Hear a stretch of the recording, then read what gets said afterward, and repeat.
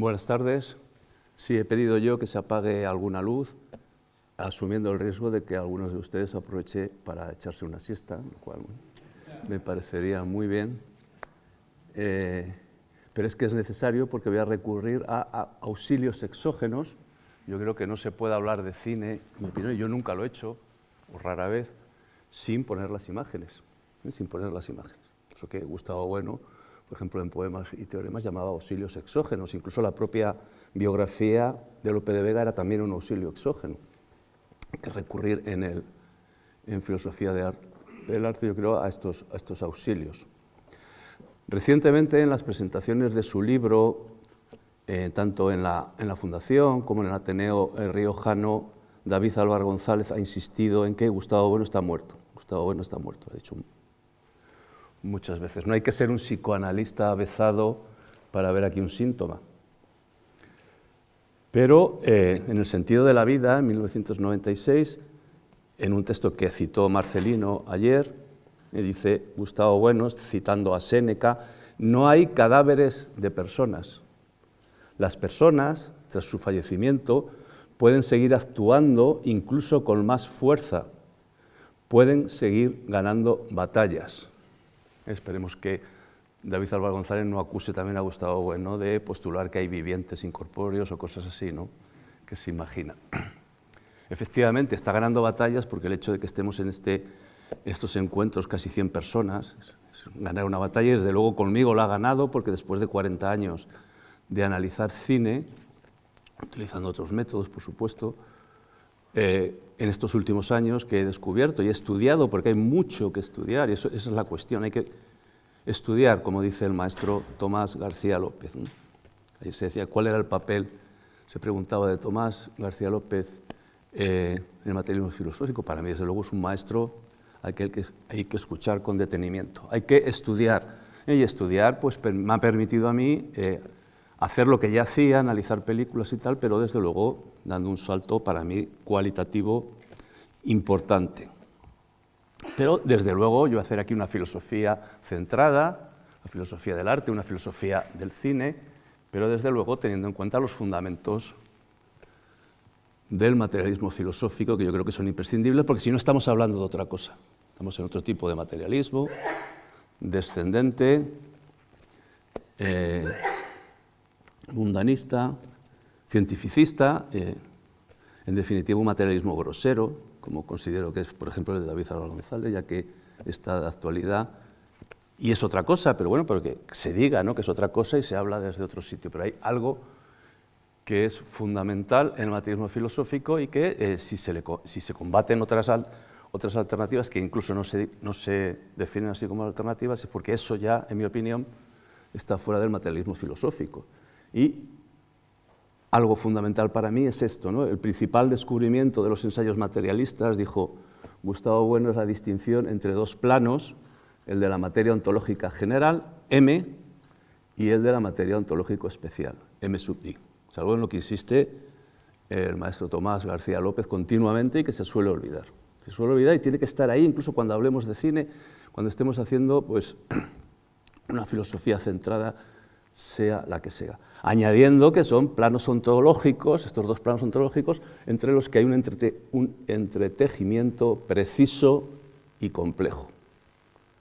Y esto nos permite ver el pluralismo discontinuista, esto se ha dicho también, lógicamente, que el materialismo filosófico es pluralista, pero no cualquier tipo de pluralismo frente al monismo, por ejemplo, de la ontología eleática, sino que es un pluralismo discontinuista, donde el mundus acceptabilis, el mundo visible, audible y tangible, o el mundo en su conjunto, el mundo de la experiencia inmediata, es un tapiz, es decir, su mundo estromático conformado por tres géneros de materialidad, M1, M2 y M3, que si bien pueden ser disociados, para el análisis no pueden ser separados. Pero a su vez, cada género de materialidad supone una multiplicidad discontinua de estromas, una multiplicidad discontinua entre los estromas de cada uno de estos géneros de materialidad.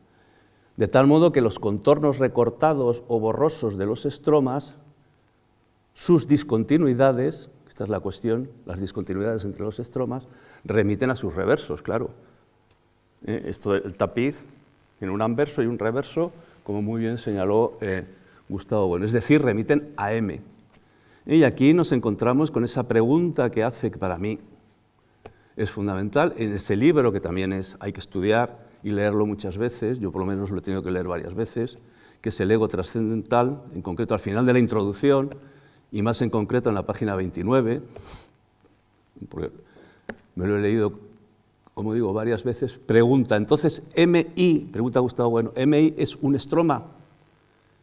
¿Y qué hacemos con esos vacíos que la ontología eleática nombraba como apariencias falaces? Es una pregunta clave, para mí.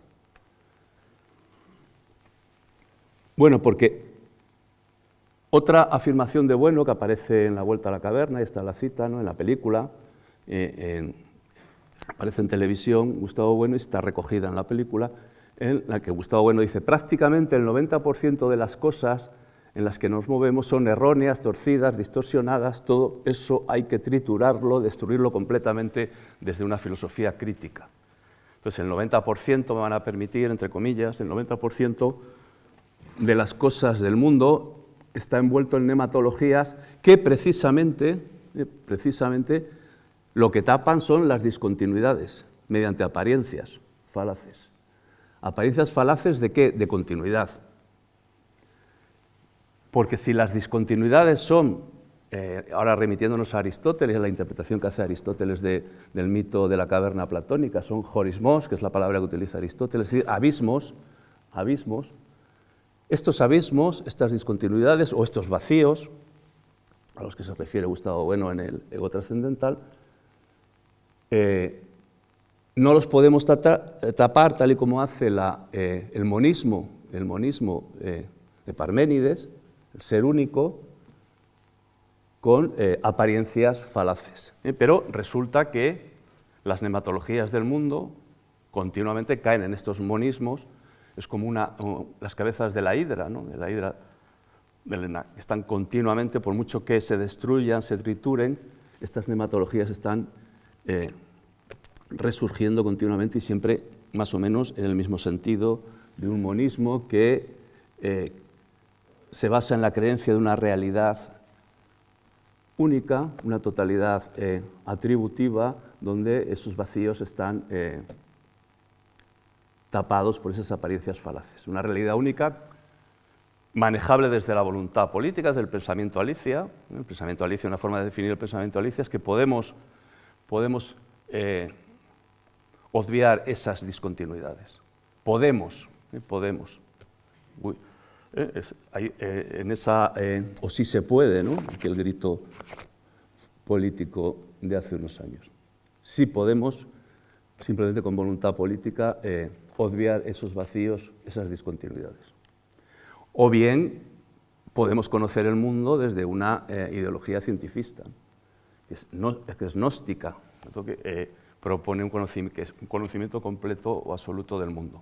Pero la filosofía crítica, tal y como dice Gustavo Bueno, no solo en esa cita de La Vuelta a la Caverna, sino en otros muchos textos, supone triturar toda esa enorme, un 90%, dice ahí, bueno, es una declaración en televisión, tampoco hay que ser muy preciso ni tomárselo al pie de la letra, pero ya dice que es algo enorme, esa masa de nematologías, ese montón de cosas erróneas, torcidas y distorsionadas, mediante cursos operatorios de regresus que tienen el límite de todos los regresus, desde luego es M. Pero el progresus desde M, otra cosa que a mí me parece fundamental, permite precisamente que ese 10%, vamos a seguir utilizando esta imprecisión, ¿no?, que ese 10% del mundo no sea nematológico, sino que sea morfológico, que no todo el mundo pueda ser visto desde este conjunto de nematologías como nematológico. Es decir, que sea visto como un mundo morfológico, pluralista, con discontinuidades, con partes inconmensurables entre sí y con totalidades distributivas y separadas. Y ahí es donde, a través de esos progresus desde M, podemos construir ese hiperrealismo del que hablaba también en su intervención, su excelente intervención Carlos Madrid, cosas rectas y no distorsionadas, reconstruidas e interpretadas tecnológicamente desde las verdades por identidad sintética de las ciencias alfa operatorias. Ahora bien, junto a ellas estarían las morfologías artísticas, en ese mundo no nematológico, sino morfológico. Obras de arte, sustantivo o poético, que por analogía de atribución podemos situar al lado, esta es la cuestión, las podemos situar al lado del plano noxiológico alfa. Por tanto, los poemas están paralelamente situados junto a los teoremas, y entre ambos van estableciendo un fondo desde el que se puede ir construyendo el mundo como hiperrealidad, o al menos se puede ir reconstruyendo ese 10% de cosas rectas y no distorsionadas.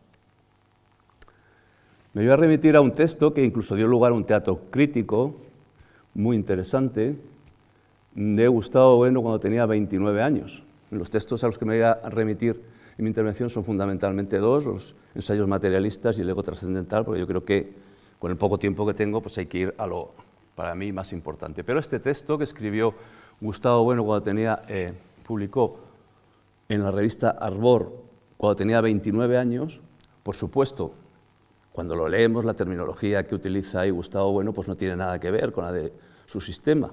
Ahora bien, desde la actualidad del sistema podemos entender las ideas que ya están ahí ejercidas, aunque claro, no están representadas aún de manera sistemática, pero que ya anunciaban en este artículo poetizar el materialismo filosófico. Y esta es una pregunta que se hace Gustavo Bueno en este artículo, para mí fundamental: ¿cómo reunir desde la filosofía ambas tendencias? ¿Cómo dirigir este tronco de dos caballos, es la expresión que utiliza, que nos arrastra brutalmente con peligro de descuartizarnos? Ambas tendencias, dos caballos, considero, en la reinterpretación que estoy haciendo de este texto tan antiguo de Bueno, de Juventud, son las ciencias y las artes, es decir, los teoremas y los poemas. O dicho de otro modo, las verdades científicas por identidad sintética y las verdades poéticas por identidad compleja. Y aquí es donde hay que hablar, que hasta ahora no se había hablado, y yo creo que a los 100 años de Gustavo Bueno pues es conveniente hablar de la noetología, yo lo voy a hacer, y más en relación con la filosofía del arte.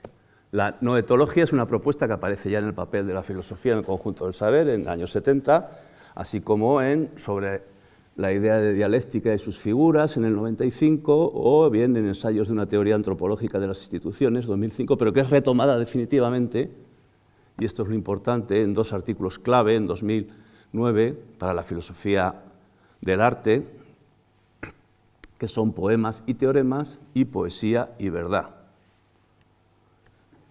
Vicente Chuliá, que para mí ha sido fundamental, ¿no?, que me abrió los ojos de que en el terreno del cine se podían hacer cosas que yo ni siquiera había imaginado a partir del materialismo filosófico, de una filosofía del arte, a partir de criterios que postuló Gustavo Bueno. Pues en un artículo del año 2019 decía cosas muy interesantes al respecto.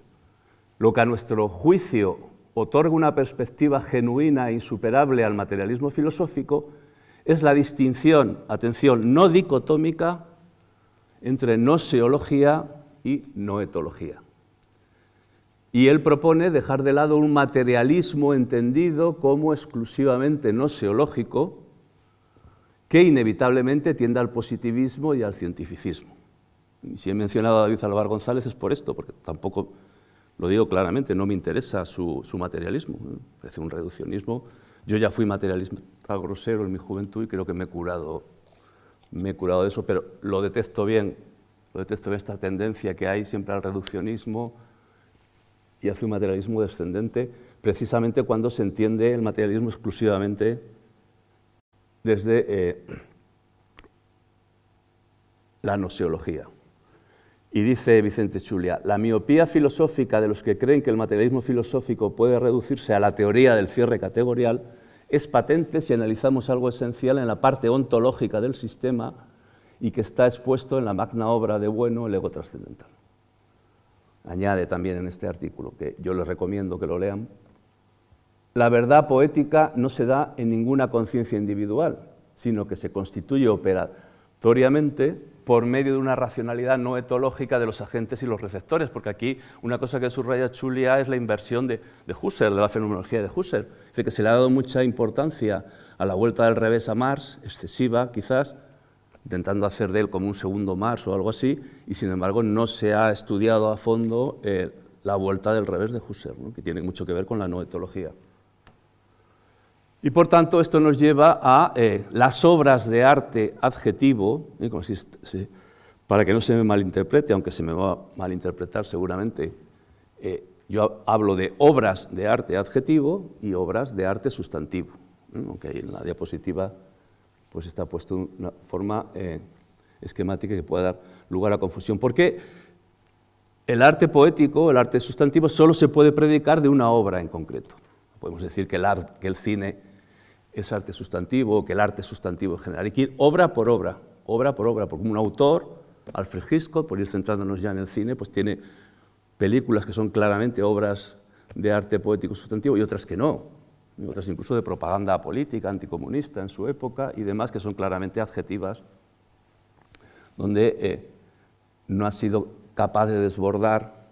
Esa película ha sido capaz de desbordar ese plano adjetivo del que toda película parte, toda obra de arte, toda película de entrada, por supuesto de entrada, es adjetiva o alotética.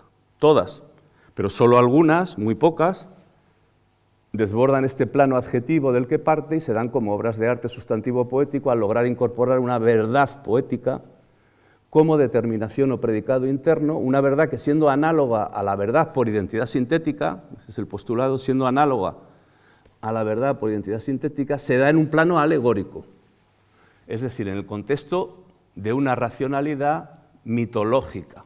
Y aquí viene el asunto de los mitos, ¿no? La mitológica clarividente, los mitos clarividentes. Porque la distinción entre mitos luminosos y mitos oscurantistas mantiene su profundidad dialéctica en relación al arte, que es lo que yo estoy aquí abordando.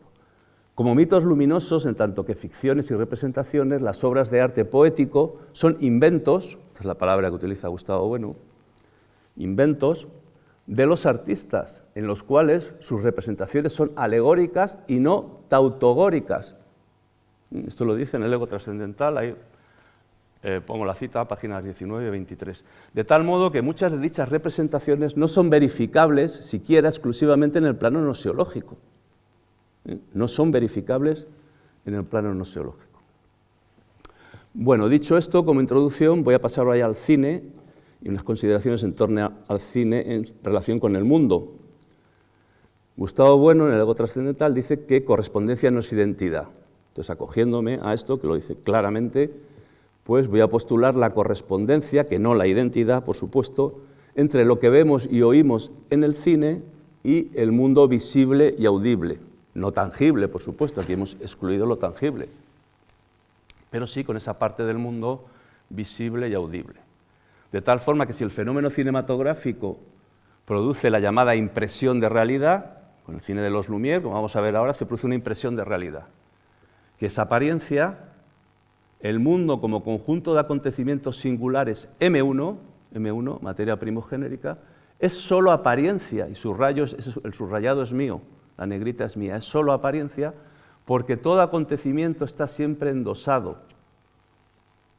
Su realidad objetiva envuelve la pertenencia a alguna idea clase, M3, y esta pertenencia solo tiene sentido por la mediación de las operaciones, M2, ensayos materialistas.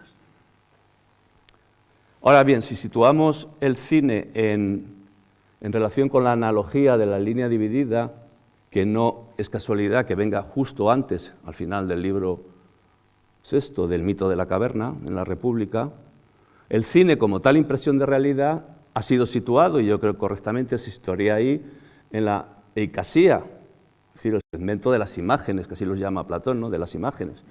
Y asimismo, en el siguiente segmento, que es el pistis, o en en latín, fides, ¿no? Es decir, la creencia en esas imágenes. Es decir, en la doxa, en el mundo sensible, el nivel de conocimiento inferior, el más alejado de la verdad platónica, donde Platón sitúa precisamente la poesía lírica y la pintura mimética, el arte imitativo, las artes humanas en definitiva. Y ahí podríamos situar también, pero atención, el cine adjetivo o alotético, o las obras cinematográficas, por precisar un poco más, adjetivas o alotéticas.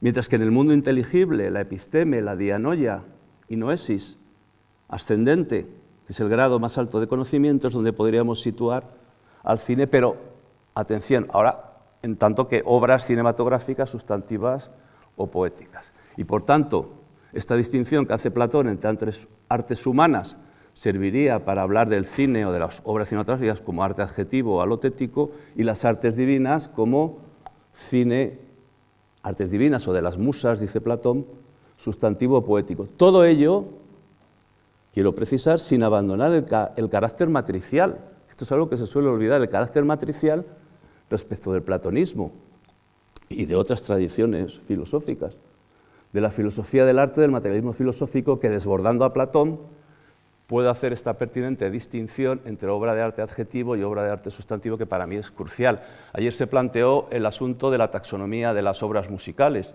Bueno, se dijo, pero yo hubiera sido más rotundo, pues tenemos un instrumento muy claro en el materialismo filosófico.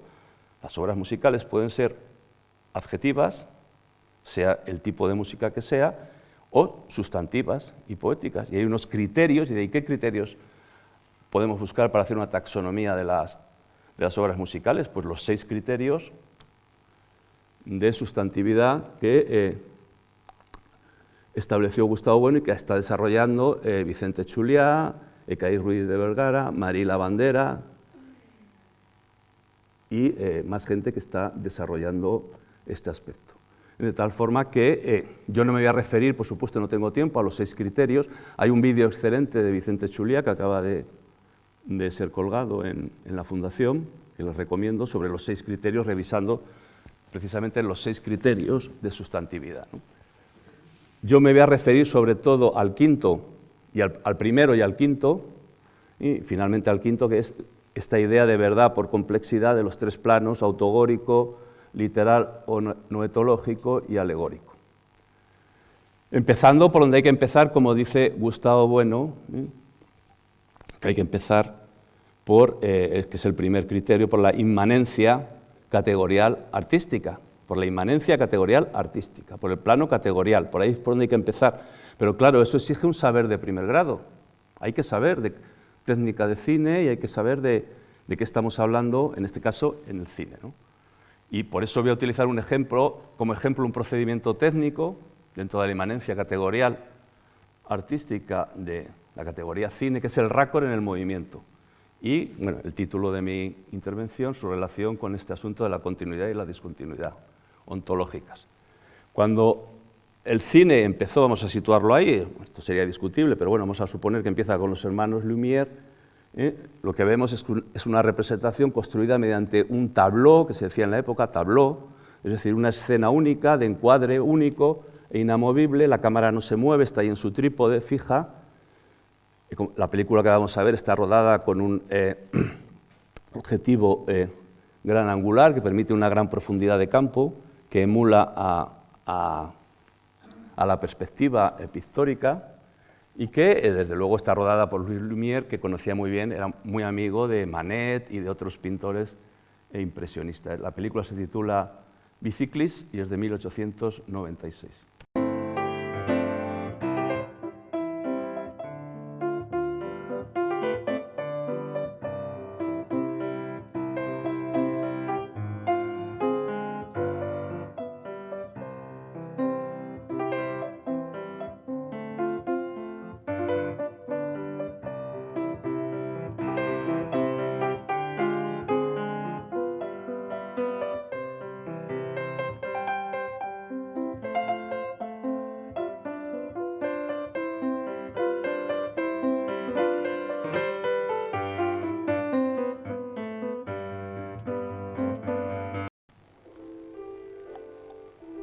Tableau único,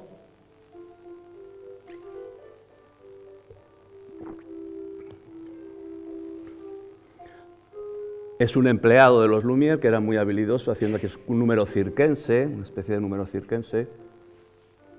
Ve la enorme profundidad de campo fotográfica, debido al objetivo gran angular, que hace un efecto de perspectiva, y el hecho de que sea un tableau pues llega al extremo de que el ciclista casi se echa encima de la cámara, un momento de casi parece que va a arrollar a la cámara. Se sale de campo,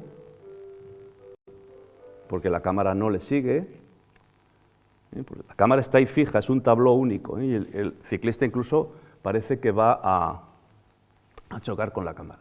Pero inmediatamente se pasó del tableau al plano, ahora todos entendemos por plano. En torno a 1909, 1910 desaparece el tableau único y aparece la fragmentación.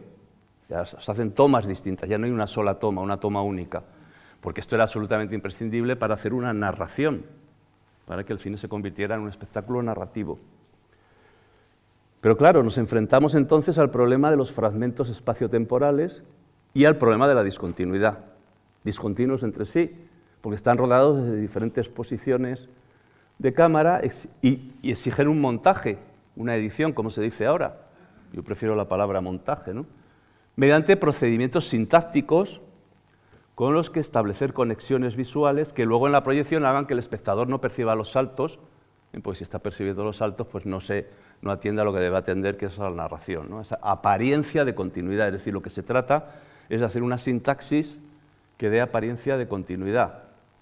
Y esos son los raccords, una palabra que viene del francés, pero que admite la RAE, con acento en la A, raccord, que si consultan el diccionario de la RAE dice es conexión, es equivalente a conexión o relación, es curioso, o relación de continuidad, conexión o relación de continuidad.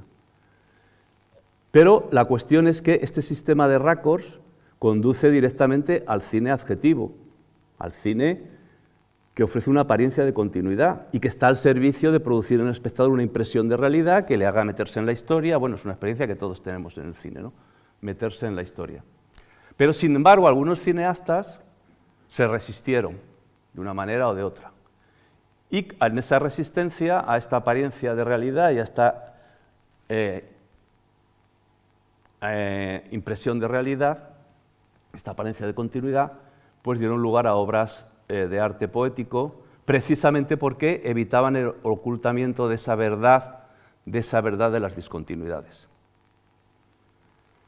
Por tanto, las verdades poéticas contenidas en esas obras de esos cineastas que desde el principio ya hicieron otro tipo de cine que no ocultaba con la impresión de realidad la discontinuidad, necesitaban ya desde el inicio un nivel meramente técnico, un nivel de inmanencia categorial artística cinematográfica, no cegar ya desde el plano autogórico esa posibilidad de obra sustantiva, porque esta es otra cuestión. Para que la obra sea sustantiva o poética se tiene que dar en los tres planos, el autogórico, el noetológico y el alegórico. Pues bien, voy a poner el ejemplo de uno de los raccords, hay muchísimos raccords, pero el más importante, el que jugó un gran papel en la explosión, el éxito comercial del cine de Hollywood, que es el raccord en el movimiento, que es el raccord que realmente borra de una manera definitiva la discontinuidad, y que en Hollywood llegó muy tarde, es uno de los últimos que se introduce, lo llevaron los técnicos alemanes que huían ya del nazismo en los años 30. En el cine mudo alemán se había desarrollado mucho el raccord en el movimiento, pero en Hollywood no, y lo llevaron técnicos alemanes, pero la importancia que tuvo este raccord es que permitía dar el salto de eje de 180 grados, es decir, producir lo que se llama un raccord directo de 180 grados, de tal forma que la verosimilitud del salto de cámara de 180 grados desde un lado del eje horizontal, el eje horizontal de la pantalla, al otro, por ejemplo, desde la calle al interior de una casa, ya sé que estoy, sobre todo después de comer, pues parece muy engorroso, pero voy a poner un ejemplo clarísimo de la historia del cine, que es la vida de un bombero americano de una película producida por Edison, Thomas Alva Edison, y dirigida por Edwin S. Porter. Voy a poner solo un fragmento, pero un momento que nos interesa mucho. Vamos a verlo.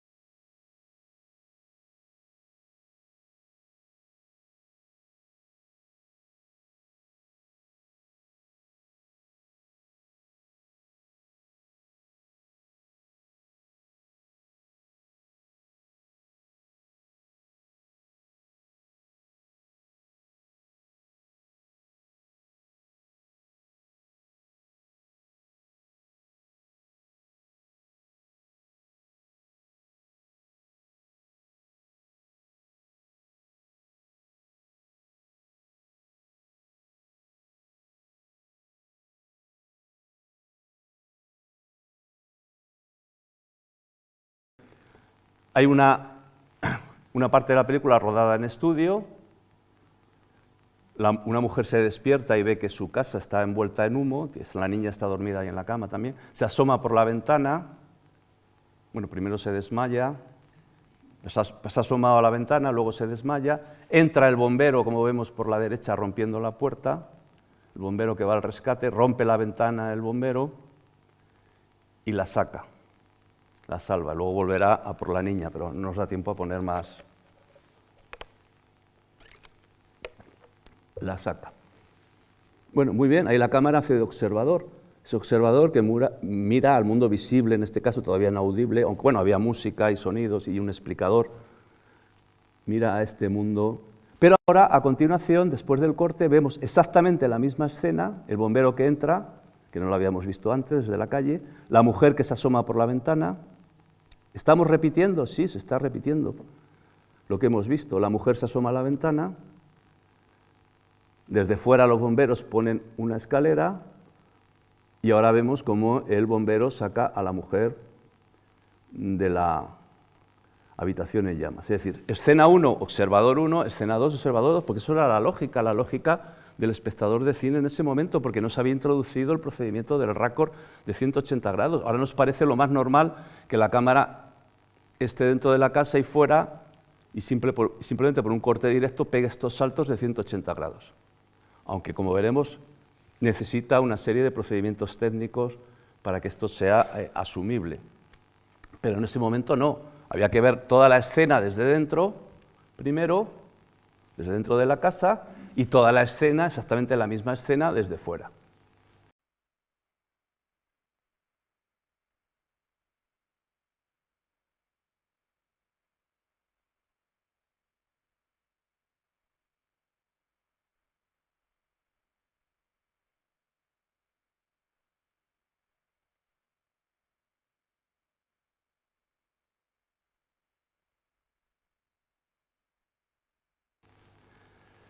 El raccord de 180 grados se apoya en el raccord en el movimiento, es decir, este salto fue posible por un truco de magia. Los magos lo que hacen es mover mucho una mano y con la otra hacer el truco, un truco elemental de magia. ¿Por qué? Porque la atención se dirige a donde está el movimiento. Pues esto es lo mismo, el espectador mira el movimiento y no se fija en otras cosas. La mirada del espectador se dirige al movimiento de un personaje y no percibe ese salto de eje tan inverosímil en principio, según la prosa de la vida. Nosotros vamos por la calle y estamos viendo a alguien en la calle y luego damos un salto y lo vemos dentro de casa. Y luego volvemos a salir. Eso es totalmente inverosímil en la prosa de la vida. Entonces, para que esto sea admitido dentro de la verosimilitud del cine, pues exigía el raccord en el movimiento. Vamos a poner un ejemplo de una película española que yo estoy trabajando ahora, de un director que me gusta mucho y que creo que es el mejor, sin duda alguna, del cine español y que está sufriendo un ataque por parte de los aparatos ideológicos del gobierno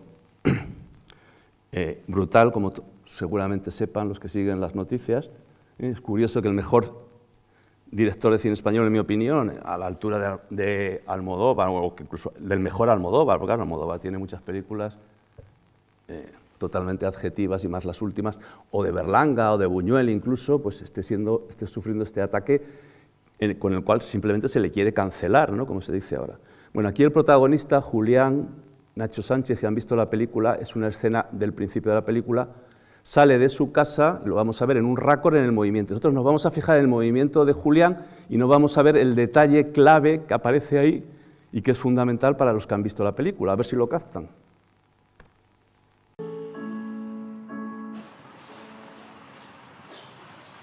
La cámara ha dado un salto de 180 grados, ¿no lo han visto? Pero ese raccord en el movimiento, que es totalmente adjetivo, lo utiliza un cineasta que hace obras, sobre todo Magical Girl y esta, ¿no?, de cine sustantivo poético, en mi opinión, porque el que está ahí tocando el piano es un niño que se acaba de mudar a la casa. Están ahí, vamos a verlo ahora. Están ahí la mudanza, ¿no?, los bultos de la mudanza, y ahí a la izquierda, aunque ya no lo vemos, el niño tocando el piano, que quien haya visto la película sabe que este es un detalle clave en el plano noetológico, en el plano literal, en el plano del argumento, ¿no? Pero no lo vemos, no solo no vemos al niño, sino que no vemos, bueno, ya no lo veríamos porque a estas alturas, que Julián está aquí dentro de la casa y la cámara, por simple salto, se coloca fuera en la calle y ha dado un salto de 180 grados. Esto que en la vida de un bombero americano era imposible de asumir, a estas alturas ya del desarrollo del cine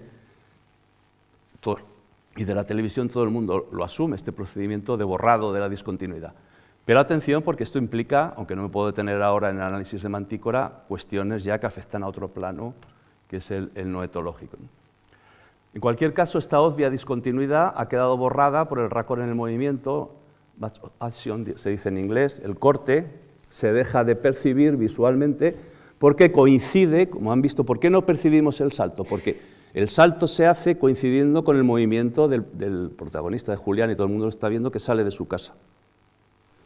Estamos fijándonos en el plano narrativo y no vemos que se produce un salto, y tampoco nos hemos dado cuenta que se han cortado varios fotogramas, con lo cual el salto es todavía mayor. Es decir, en el montaje, en la toma de Julián saliendo por el portal de su casa, se han cortado los planos finales, y en la salida unos fotogramas, no planos, perdón, unos fotogramas finales de la toma, y en la toma siguiente se han cortado otros fotogramas.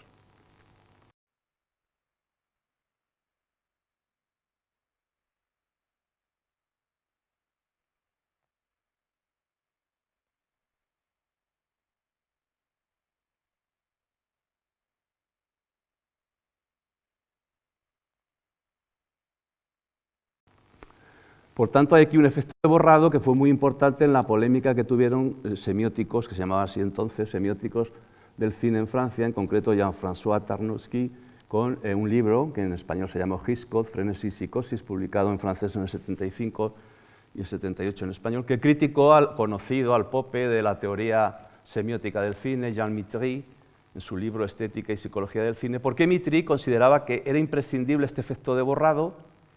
Era una regla obligatoria, el raccord en el movimiento, tal y como lo acabamos de ver, era obligatorio, imprescindible para no violar la continuidad de cualquier película.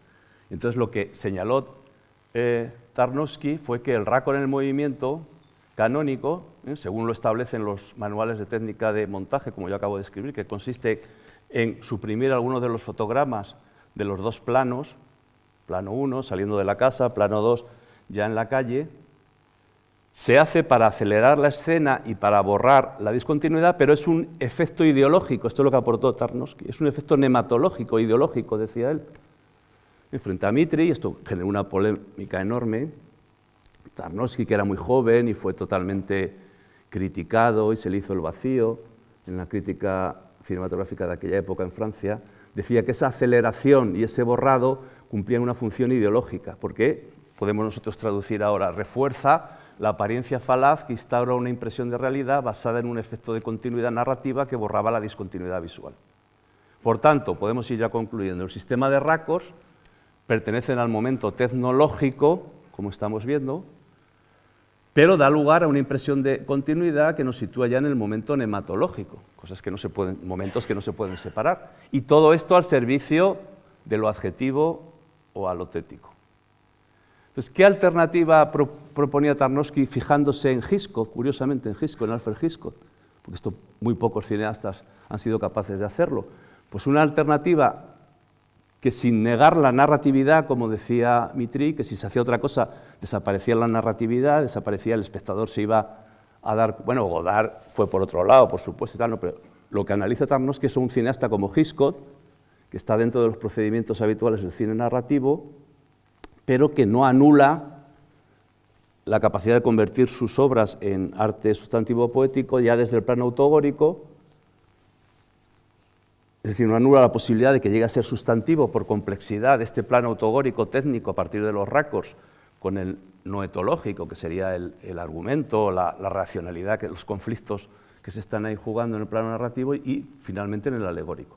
¿Y qué es lo que subrayó Tarnowski? Esto es lo que tiene valor, y con esto vamos a acabar, porque hay un raccord, el llamado raccord apoyado en el movimiento, o simplemente lo vamos a llamar raccord apoyado, que no solo suprime los fotogramas, sino que los añade, hace lo contrario, añade fotogramas durante el movimiento, con lo cual se produce un efecto de encabalgamiento o repetición, que no oculta el salto o el corte, sino que lo subraya, lo hace evidente dando lugar a una detención incluso, muy breve, pero a una detención. Entonces vamos a poner un ejemplo, no lo trabajó Tarnowski porque en su época no había ordenadores, no había esta facilidad. Él intentó poner ahí fotogramas en su libro, pero vamos, no quedó muy bien.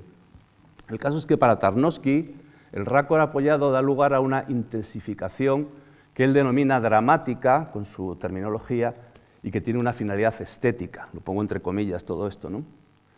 Pero vamos, lo que sugería aquí Tarnowski con su terminología es que frente a Mitry y a toda la semiótica del cine dominante en ese momento, lo fundamental, esto dice Tarnowski, esto es clave en su libro, lo fundamental no era dilucidar si el cine es o no es un lenguaje, que no lo es, en mi opinión, por supuesto, sino distinguir, a su modo, con su terminología, entre el cine meramente servil, al servicio de una finalidad comercial o propagandística o de entretenimiento o psicológica o lo que se quiera, y el cine como arte sustantivo poético. Aquí lo que se estaba dilucidando nada más y nada menos. Entonces vamos a acabar ya con un ejemplo en lo que nos permite, hemos partido del primer criterio de sustantividad, vamos a ir al quinto criterio de sustantividad y inevitablemente al sexto, que es que la obra de arte se da en M, para ver cómo podemos ir al plano no etológico y al plano alegórico con un ejemplo muy sencillo y muy rápido. Como este efecto de encabalgamiento permite dirigir la atención a un conflicto narrativo, como veíamos que se sugería ya en Mantícora, porque haber un conflicto ahí con ese niño que acaba de llegar a la casa de Julián. Pues aquí lo mismo. Si se subraya algo, si hay un encabalgamiento, no es porque el director lo quiera hacer porque sí, sino porque ese subrayado de la discontinuidad, es decir, de M, del plano ontológico de M, y vuelvo por donde empecé, de M, nos está señalando un conflicto narrativo, dialéctico en el plano no etológico, que nos permite a su vez conectar con el alegórico. Psicosis, de Alfred Hitchcock. Estamos después de la segunda secuencia, después de los títulos de crédito, una habitación de un hotel barato en la que se encuentran en Phoenix, Arizona, Marion, Janet Leigh y Sam, John Gavin. Marion le dice a Sam que no pueden seguir así, acaban de hacer el amor, acaban de tener sexo, pues ella desea casarse y no tener esas relaciones sexuales clandestinas fuera del matrimonio. Sam no puede asumir ese compromiso matrimonial, como sabrán, porque supongo que habrán visto la película, y este es el conflicto narrativo que nos va a subrayar el raccord apoyado. ¿En qué momento aparece el raccord apoyado? En el momento en que Marion se levanta enfadada porque Sam ha dicho, vale, ¿y entonces qué hacemos? De acuerdo, pero ¿y qué hacemos? ¿Escribirnos sórdidas cartas de amor? Y utiliza aquí la palabra, en inglés lurid, que puede ser traducido por sórdidas, escabrosas o morbosas. Lo vamos a ver en inglés, pero bueno, es el diálogo, ¿no? Wouldn't even come. All right. What do we do instead? Write each other lurid love letters? I have to go, Sam. Es decir, all right, de acuerdo, ¿qué haremos entonces? Escribirnos sórdidas cartas de amor y en ese momento ya estamos en un plano narrativo, no etológico, el conflicto a través de los diálogos, sórdidas cartas de amor. En ese momento es cuando se levanta, lo vemos aquí, cómo se va levantando Marion, Janet Leigh, hasta que queda al final de la toma la cámara está situada aquí en el borde de la cama, muy cerca de los personajes, en una escala de plano medio corto, y se queda en una posición de un ángulo de 45 grados. No sé si lo han percibido esto, que ahora la cámara pega un salto, pega un corte y se va a la cabecera. La cámara se va a la cabecera de la cama. ¿Y qué ocurre aquí? Que Marion vuelve a estar acostada. ¿Entienden lo que quiero decir? Es una cuestión muy sutil y tal, pero bueno, si no, no se entiende nada de lo que... Está otra vez acostada. Hemos retrocedido.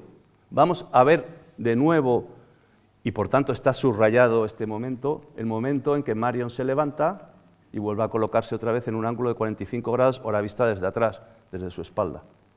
Entonces, toma 1, que acababa ahí en ese ángulo de 45 grados, toma 2.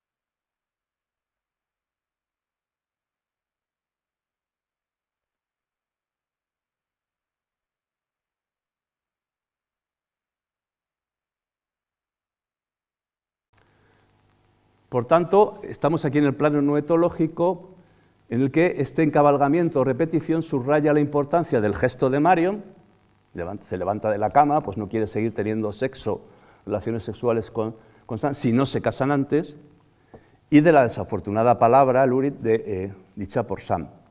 Es decir, estamos en una dialéctica, en la dialéctica hombre-mujer, y además en relación con la institución del matrimonio, pues todo gira en eso, de casarse o no casarse, tener sexo sin estar casados o no. Pero lo importante es que a este nivel ya del plano literal no queda borrada la discontinuidad hombre-mujer, es decir, la inconmensurabilidad, porque aquí la discontinuidad que está funcionando es la inconmensurabilidad entre lo femenino y lo masculino que se da en el ser humano, cuyo dimorfismo sexual no puede regirse exclusivamente a partir de lo instintivo, de los instintos. A diferencia de los animales, que sí, en el ser humano esto es más complicado. Es decir, no puede articularse esa discontinuidad hombre-mujer solo por conductas meramente etológicas. La discontinuidad hombre-mujer implica cuestiones filosóficas que solo pueden operarse mediante un pluralismo materialista que tenga en cuenta el abismo, porque esta es la cuestión, el abismo, horismos, el abismo, la discontinuidad entre el estroma hombre y el estroma mujer, que no puede obviarse por mucho que se empeñe, por ejemplo, el feminismo y todas estas ideologías del pensamiento alicia. La discontinuidad va a estar ahí y el abismo va a estar ahí.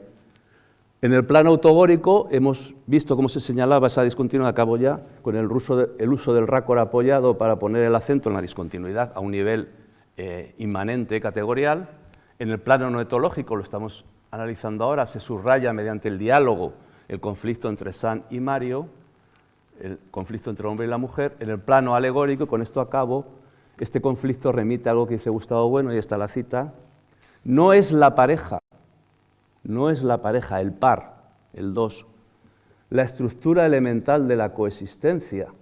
La estructura elemental es la Trinidad. Estamos aquí con la teoría fundamental del materialismo filosófico de las tríadas, la Trinidad. Pues con el 3 ya aparece un juego distinto, totalmente distinto del 2, y aparecen ritmos independientes. Por tanto, este conflicto, el de la pareja, el del hombre y la mujer, se representa y ejerce en la película en el encuentro entre Marion y otro hombre, por ir avanzando un poco, como doy por hecho que han visto todos la película, es decir, Marion se va a encontrar ahora con otro hombre, un psicópata, Norman Bates, Anthony Perkins, en otro hotel barato, en este caso un siniestro motel de carretera, pero el encuentro entre los dos llevará a la reducción de un término por el otro. Es decir, llevará a la escena de la ducha, que es el centro de la película, donde ella es aniquilada. Y es lo que dice Gustavo Bueno, el problema del dos, del dualismo, del maniqueísmo en el fondo, del dos, de la pareja, es que un término, es que acaba siempre el monismo, dice Gustavo Bueno, es que acaba, precisamente haciendo un análisis del Quijote, es que acaba siempre el monismo. Del mismo modo, el Norman, el personaje de Norman Bates, se representa y ejerce esta transformación monista del dos, de la pareja madre e hijo, en uno. Por reducción de un término al otro, el psicópata es a la vez Norman, que es como se llama en la película, el hijo, y Norma, porque la madre tiene esta similitud fonética y la madre. Es decir, ahí también en el personaje del psicópata se ha producido una fusión del dos, de esa imposibilidad de que la pareja sea el fundamento de la coexistencia.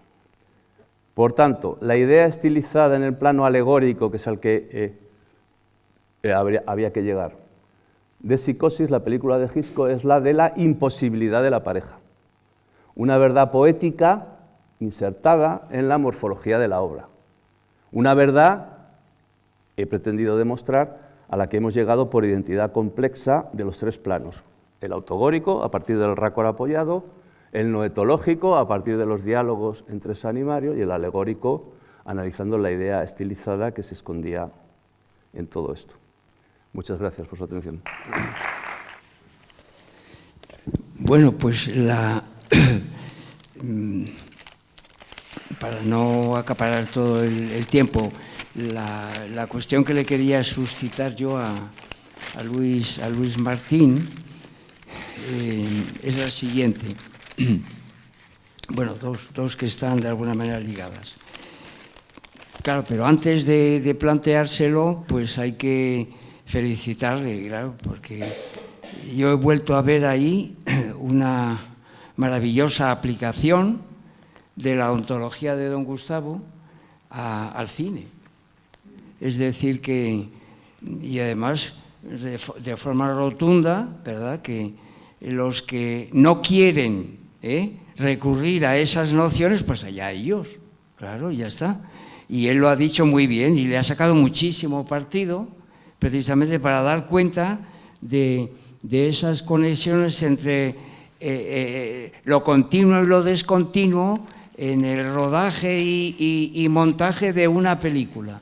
Pues enhorabuena, vamos, a mí me ha encantado ese asunto y para demostrar la potencia de la ontología de don Gustavo, incluso para el cine, claro, sin duda alguna. Para el cine y para la televisión. Y aquí le hago yo la observación, el comentario. Como él en todo, bueno, y la distinción entre identidades sintéticas y complexas, la aplicación que has hecho tú a la película de Hitchcock, bueno, una auténtica maravilla. Yo me he quedado sorprendido, admirado y lo quiero matizar aquí, ¿verdad? Para los que no quieren recurrir a esta cuestión, bueno, pues nada, ya ellos. Vamos allá. Durante algunas, bueno, a lo largo de toda su exposición, pues aparece el término apariencia, ¿verdad? Y entonces a mí me gustaría, a lo mejor no lo ha tenido en cuenta, pues porque no le daba tiempo a incorporarlo, que el término apariencia no es unívoco en el propio sistema de don Gustavo aplicado a estos asuntos, al cine, a la televisión.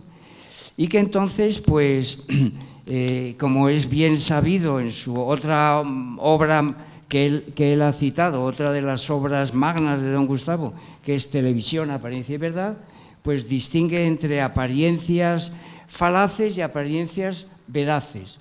Entonces, la primera cuestión es, claro, ¿en qué medida cambia el análisis y el reconocimiento de la sustantividad de las pocas películas que realmente alcanzan ese nivel, partiendo de apariencias veraces o apariencias falaces? Esta es la primera cuestión. Si eso, de alguna manera, determina la calidad de la sustantividad. Es decir, si hay sustantividad con apariencias falaces o tienen que ser veraces. Y entonces, los ejemplos que nos has puesto, a ver si a ti se te ocurre alguna. Muy bien. Y como el otro juego, la tesis fundamental, como al final de su intervención apareció Godard y el cine verité, bueno, pues la otra pregunta es, ¿verdad?, frente a la apariencia, las verdades, que también es otro análisis que hace don Gustavo, una cosa agudísima de esas modulaciones de las verdades en la televisión. Si ese análisis que él hace a la televisión es transportable, y entonces, ¿dónde incluir lo que el cinema verité entienden por verdad? ¿Qué tipo de verdades son esas, verdad? Si son, pues, autológicas, dialógicas, bueno, este asunto, esa dinámica, ¿verdad? Esa dialéctica entre apariencias y verdades, ¿no? En relación con el cine. ¿Y qué otro asunto tenía yo aquí apuntado? Tenía otro asunto que creo que era de enorme... bueno, pues había otro... pues bueno, esto, es decir, lo del el vínculo entre las apariencias y la calidad de la sustantividad y el tipo de verdades que pueden de alguna manera servir para interpretar esa... bueno, sí, la tercera cuestión es absolutamente fundamental, que lo ha dicho él. la filosofía, las ideas disueltas en el cine, ¿verdad? Y entonces la enorme importancia que tiene esto, es decir, los componentes terciogenéricos que hay en el cine. Y si tú nos podías ilustrar con algún ejemplo de algún cineasta que realmente se haya destacado porque no es un desconocedor de este asunto, en el cual pues las ideas filosóficas también están allí, aunque estén disueltas, y en algunos casos pues a lo mejor representadas. Nada, estas son las cuestiones. Y bueno, para Miguel Ángel, alguna hay también. Bueno, preguntas bien difíciles de contestar, por lo menos para mí, y que llevarían mucho tiempo y que habría que estudiar. Claro, yo he hablado de apariencias falaces, cuando me he referido al término apariencias. Bueno, cuando he citado a Platón, por supuesto, lo que entiende Platón por imágenes son los reflejos en el agua y las imágenes del mundo. No he querido entrar ahí porque eso habría que desarrollarlo mucho más y hacerlo más despacio y más en profundidad. Me he referido a esas apariencias falaces de las que habla Gustavo Bueno en el ego trascendental en relación con los vacíos que la ontología eleática borra. Entonces, yo cuando me he referido a apariencias en el cine, tenía que ver con esas apariencias falaces que borran los vacíos, las discontinuidades o los abismos, y otras apariencias que en ese caso serían verdaderas. Y sería, por poner un ejemplo esquemático de lo que yo he utilizado, la utilización del raccord en el movimiento para hacer un raccord de 180 grados sería una apariencia falaz, porque lo que nos hace es conducirnos a que nos metamos en la película y nos empapemos de impresión de realidad, cuando eso no es la realidad, claro, de la impresión. Mientras que el raccord apoyado, por ejemplo, que utiliza Hitchcock, que lo utiliza varias veces, yo he puesto este ejemplo, pero a lo largo de la película y siempre en momentos clave, interrumpe esa fascinación, digamos, esa impresión de realidad que produce en el espectador del cine, lo interrumpe por el efecto de encabalgamiento.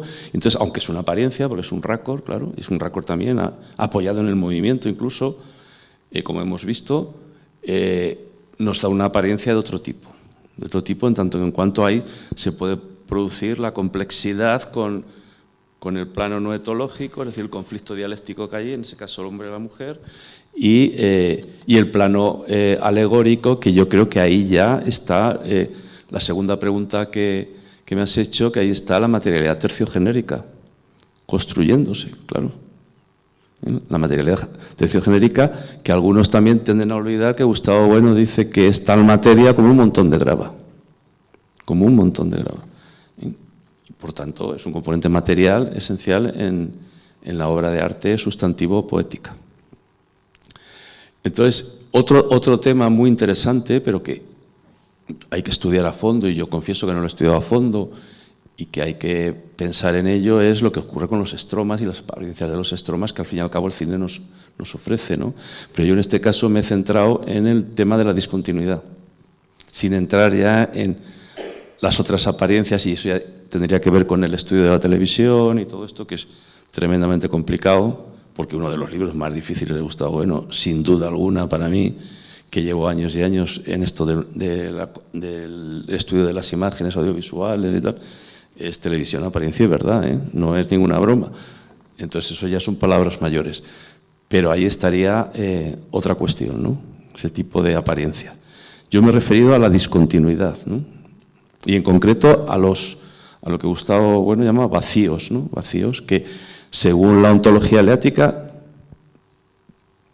solo pueden ser apariencias falaces, ¿no? Pero lo que he intentado mostrar es que hay una verdad, la verdad de la presencia de M, porque para mí lo que produce la discontinuidad es M, ¿no? Y el arte nos confronta con esa discontinuidad, en contra de las nematologías y tal, que no quieren verla, que quieren borrarla. El otro día, en los encuentros Cuba aquí, Joaquín Robles, yo creo que hablando de su experiencia en el Congreso, en política y tal, es que no quieren ver las discontinuidades que hay en la realidad, ¿no? Para ellos todo es... se refería a todas estas ideologías que dominan ahora el panorama político español, ¿no? Y él lo decía así como de una forma muy contundente, ¿no? Es que no ven que hay cosas que, pues eso, el pensamiento Alicia, ¿no? Que todo puede pasarse simplemente a otro lado del espejo y olvidar M, porque aquí siempre lo que se está olvidando es M, en todos los campos, en la política y demás. Entonces no sé si he respondido a tus preguntas, pero hay que estudiar más, yo necesito estudiar más. Bueno, la verdad, claro, es que eso tiene que ver con lo que yo he dicho, entonces ya estamos ahí en las apariencias en relación con los estromas. Con los estromas, no con los vacíos entre los estromas. Y con esa pregunta que nos hace Gustavo Bueno de si M sub I es un único estroma o no. Que yo creo que es algo que hay que desarrollar, hay que trabajar, ¿eh? Porque yo, por ejemplo, se lo he preguntado a Ecai Ruiz de Vergara hace tiempo y me ha dicho que él también lo está trabajando, claro, porque es un tema muy interesante. ¿M sub I es un estroma el mismo o es un conjunto de estromas con discontinuidades, ¿no?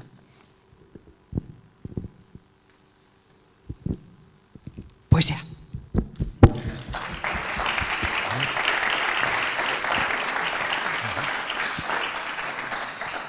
Vamos a hacer el descanso de 40 minutos, volvemos a las 6.